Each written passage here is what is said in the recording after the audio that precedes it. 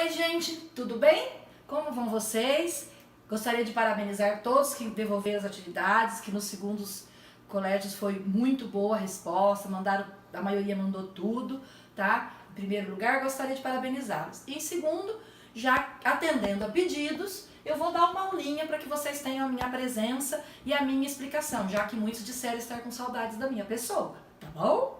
E nós vamos fazer o quê? Nós vamos dar uma retomada na parte das estruturas celulares para que a gente possa preparar vocês para a matéria do segundo bimestre.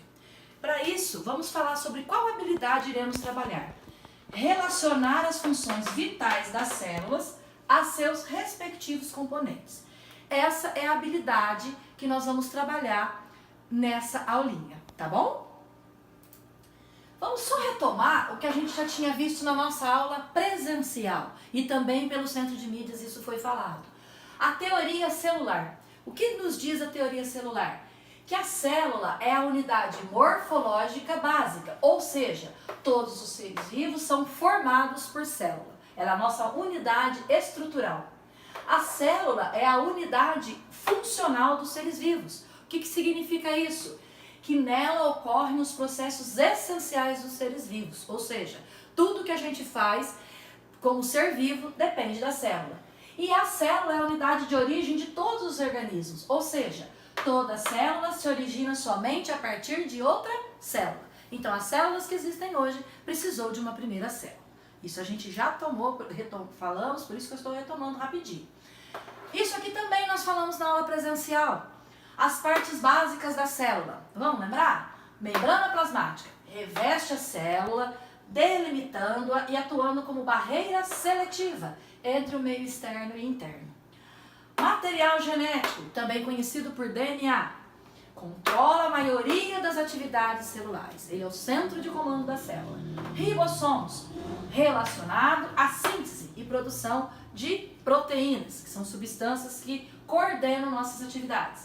O citoplasma, que é formado pelo citosol, que é um fluido gelatinoso e viscoso, onde ocorre a movimentação das organelas e as reações químicas da célula, tá bem? Então essas são as três partes básicas, membrana plasmática, material genético, citoplasma e também os ribossomos. Temos dois tipos básicos de célula, que são as procarióticas, que são aquelas que não possuem carioteca, que é aquela membrana que separa o núcleo do citoplasma. Quem tem essa célula mesmo? Bactérias. E temos as células eucarióticas, que são aquelas que têm essa membrana organizando e guardando o DNA separado do citoplasma. São chamadas de eucarióticas, como nós, por exemplo, os outros animais e as plantas. As nossas células são eucarióticas. Só bactérias são procarióticas. Quais as semelhanças e diferenças entre essas duas células? Tanto a célula procariótica quanto a eucariótica vai ter membrana plasmática, vai ter ribossomo, vai ter DNA e vai ter o citosol. As estruturas que são exclusivas de uma ou de outra. Procariótica, os plasmídeos e parede celular formada de açúcar. As células eucarióticas têm carioteca, organizando, aliás, o núcleo, e organelas membranosas. Então, essas estruturas só tem nas eucarióticas, que são a maioria. Semelhanças e diferenças entre as células eucarióticas. Quem tem célula eucariótica? Animal e vegetal, tá? Então, as células animais têm duas estruturas que a vegetal não tem, que é os centríolos e os lisossomos. E as vegetais têm parede celular, vacúolo e cloroplasto, coisa que o animal não tem, tá bom? Isso a gente já falou, por isso que eu estou passando bem rapidinho. Agora a gente vai falar sobre a estrutura da célula, tá? Como que ela é, o que tem dentro dela, que jeito que ela é, tá bom? Então aqui, ó, célula procarionte, com as partes dela, e a célula eucarionte, tá? Então, olha lá, todas as partes, todas as organelas. Agora a gente vai falar rapidinho de cada organela. Aqui, ó, célula animal, célula vegetal. Observe, cloroplasto não tem aqui, vacúolo não tem aqui, parede celular não tem aqui. E essa, por sua vez, vamos retomar, tem o lisossomo que eu não encontro aqui, e esses, deixa eu achar aqui, cadê os tubinhos que é os centríolos, para mostrar para vocês. Esqueceram de pôr o centríolo nela, mas são túbulos que tem aqui. Depois eu vou mostrar a parte para vocês, tá? Então vamos lá. Membrana plasmática regula o que entra e sai da célula. O Centro de Mídias trabalhou muito sobre isso, que ela seleciona o que entra e sai. O citoplasma, que é o espaço que está entre a membrana e o núcleo, onde tem o citosol e as organelas ficam lá espalhadas.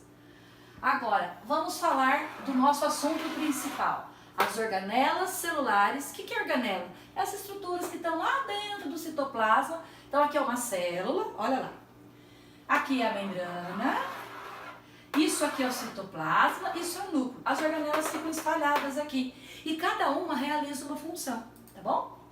Então, olha lá, aqui eu tenho uma célula animal, que é eucariótica, com as estruturas. Aqui os centríolos, achamos, olha lá. Parece um conjunto de canudinho formado de canudinho, olha que legal, tá?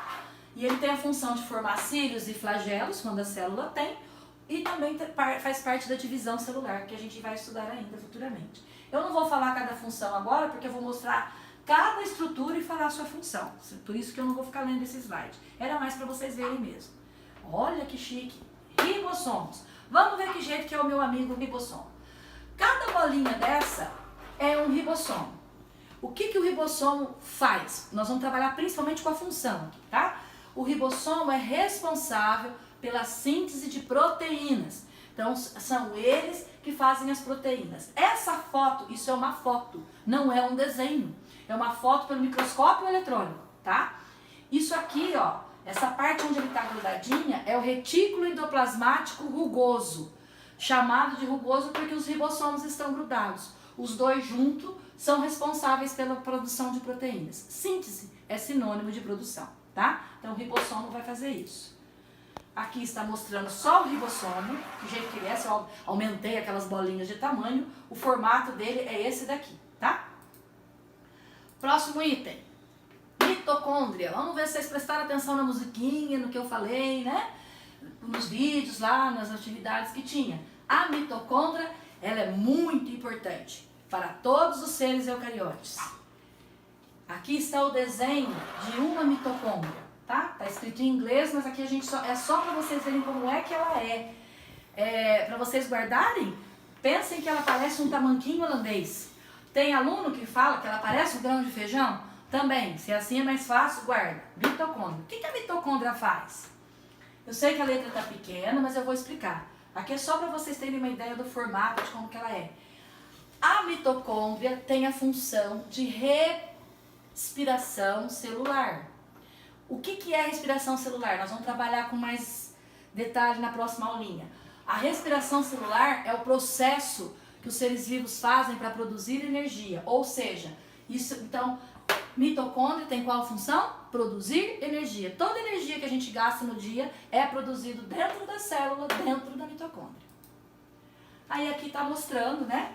Olha lá, nosso amiguinho está correndo, para isso ele precisa gastar energia, não é isso? E a energia é produzida por quem? Pela mitocôndria das suas células. Por qual processo? Respiração celular.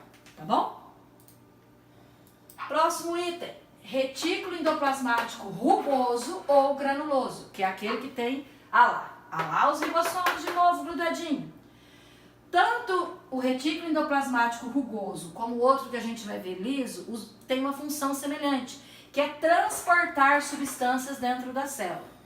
Agora, o rugoso, além de transportar, também participa da produção de proteínas junto com os ribossomos, tá? Porque tá aqui grudadinho. Próximo item. Atua no aqui está explicando. Atua no transporte intercelular e armazenamento. Constituído por ribossomos, que é o que eu acabei de falar, e atua na síntese de proteína. Aqui está mostrando, esse é um desenho, não é uma foto. Retículo endoplasmático liso ou agranuloso. Ele é liso porque ele não tem ribossomo. Ele só transporta substâncias. Só que o retículo endoplasmático liso tem outras funções além de transporte. Ele não tem ribossomos, mas ele atua na síntese de lipídios e esteroides. Lipídios é gordura. E esteroides são hormônios sexuais, tá? Então, quem faz parte na produção disso é o retículo endoplasmático liso.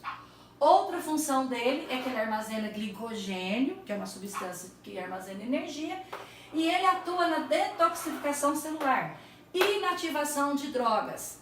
Toda vez que a pessoa coloca dentro do organismo dela algum tipo de droga, inclusive álcool e outras drogas que vocês conhecem, quem vai trabalhar bastante? Retículo endoplasmático liso, porque ele vai, do fígado principalmente, ele vai ter que eliminar essas toxinas, tá bom? Aí ele atua no controle também do cálcio intracelular. Tem bastante função, mas a principal é a produção de lipídios e transportar e armazenar. Lisossomo. O lisossomo, eles são pacotinhos que tem aqui, que são liberados a partir do complexo Golgiense, que a gente vai falar depois. E a função dele, ele tem duas: digerir alimentos, ou quando não digere, no nosso caso, a gente não precisa de alimento ser digerido na célula, porque já chega digerido. Então, o que ele faz na nossa célula, dos seres mais avançados, vamos dizer assim? Ele faz o processo de reciclagem. As outras estruturas que não estão servindo para nada são mandadas para o lisossomo e ele transforma em outras partículas para fazer outras organelas. É como se fosse uma usina de reciclagem, literalmente, o nosso amigo lisossomo, tá? Sistema ou complexo Golgiense, tá bom? Então, olha lá. Ele tinha esse nome há muitos anos atrás, complexo de Golgi. Inclusive, vou fazer uma correção aqui que no sistema lá do governo, no CMSP, eles falaram ainda complexo de Golgi, mas já faz muitos anos que se chama complexo Golgiense, tá? Ele parece um monte de saquinho, um sobre o outro, tá vendo? Já dá para entender qual é a função dele. Ele é formado por pilhas de sacos achatados e vesículas, atua na secreção celular. O que acontece dentro do complexo de Golgi? As substâncias que são produzidas, principalmente, as proteínas, elas são levadas para o complexo de Golgi, lá ele termina elas e faz um processo de empacotamento. E depois libera dentro da célula e da célula vai para o nosso sangue para a gente utilizar. Então ele tem função de armazenamento e secreção, que não é excreção, porque o que o complexo Golgiense libera são substâncias úteis. A excreção é substância inútil que tem que ser despachada, jogada fora, tá? Ele também forma o acrossomo, que é a cabecinha do espermatozoide, e o lisossomo. Origem, né? De onde ele surge? Do retículo endoplasmático liso. Centríolo, lá, é esse conjunto de tubinho. Tem células que tem flagelo, que é aquela caudinha assim para andar. Sabe o espermatozoide? Ele não tem uma caudinha assim que faz nadar? Aquilo lá se chama flagelo. Quando a célula tem aquilo lá, quem forma é os centríolos. E na maioria das células ele também participa da divisão celular, os centríolos, tá? Aí aqui nós temos duas fotos de duas células, tá? Que é um serzinho, é um protozoário, e aqui é uma bactéria. E agora nós vamos falar das estruturas do núcleo, tá? Então aqui é a carioteca, que é a membrana que só os eucarióticos têm, né? Só os eucariontes, têm. Dentro da carioteca está o DNA, que é também chamado de cromossomo, tá? E também existe uma partezinha mais escura, que teve gente que se confundiu na atividade que eu dei. Chama nucleolo, não é o núcleo. O nucleolo fica dentro do núcleo, tá? E ele tem a função de produzir ribossomos, o nucleolo. O núcleo é o centro da célula, ele que comanda tudo, e aqui dentro está o DNA. Quem comanda tudo mesmo é o DNA. O nucleolo só ajuda na produção de ribossomo. E a carioteca separa tudo isso do restante do citoplasma, que é aquela membrana, tá bom? Aí a gente vai trabalhar, para vocês guardarem com mais facilidade, com analogia. O que é analogia? É quando eu utilizo um exemplo do dia a dia, próximo da gente, para guardar mais fácil algum outro exemplo. A gente faz uma comparação. Nós vamos fazer uma comparação rápida aqui. Com o quê? Nós vamos comparar a célula a uma grande fábrica de automóveis. O nosso produto final é o carro, tá? E aí nós vamos ver na célula qual parte dela, de acordo com a função, seria a parte da fábrica. A gente fez um exercício desse de forma presencial, mas nem todos os alunos participaram, porque foi nos últimos dias de aula presencial. Só que a analogia era feita com a escola. Muitos de vocês participaram das aulas e chegaram a fazer, outros não, tá? Então eu vou fazer a analogia hoje de forma diferente, com uma fábrica. Então vamos lá. Vamos começar da membrana até chegar no núcleo, porque o núcleo é o principal assunto dos próximos conteúdos do bimestre. Então, a membrana plasmática. Qual que é a função da membrana plasmática? Ela circunda a célula e ela seleciona o que entra e o que sai. Em uma fábrica, quem seria a membrana? Os muros, as portas, e como ela seleciona o que entra e o que sai, o que seria também? A guarita, né? Se a gente for pensar lá na explicação que teve no CMSP sobre a membrana plasmática, a guarita e o guardinha seriam as proteínas, que ajudam na entrada e na saída, quem entra e quem sai. Então, comparando a fábrica com a célula, a membrana plasmática seria o muro e a guarita. Aí, as células vegetais, por fora da membrana plasmática, tem a parede celular, que tem a função de proteção e de manter a estrutura da célula. O que seria numa fábrica? Uma cerca, uma grade, alguma coisa além dos muros, para proteger, tá? Próxima analogia, mitocôndria. Qual é a função da mitocôndria? Produzir energia. Quem numa fábrica seria isso? Pensei lá na casa de força, que vai fornecer a energia elétrica que chegou lá da usina. Preste atenção nisso, porque depois eu vou falar uma outra coisa lá, tá? Mais pra frente. O complexo golgiense, ele armazena e secreta substâncias. Em uma fábrica,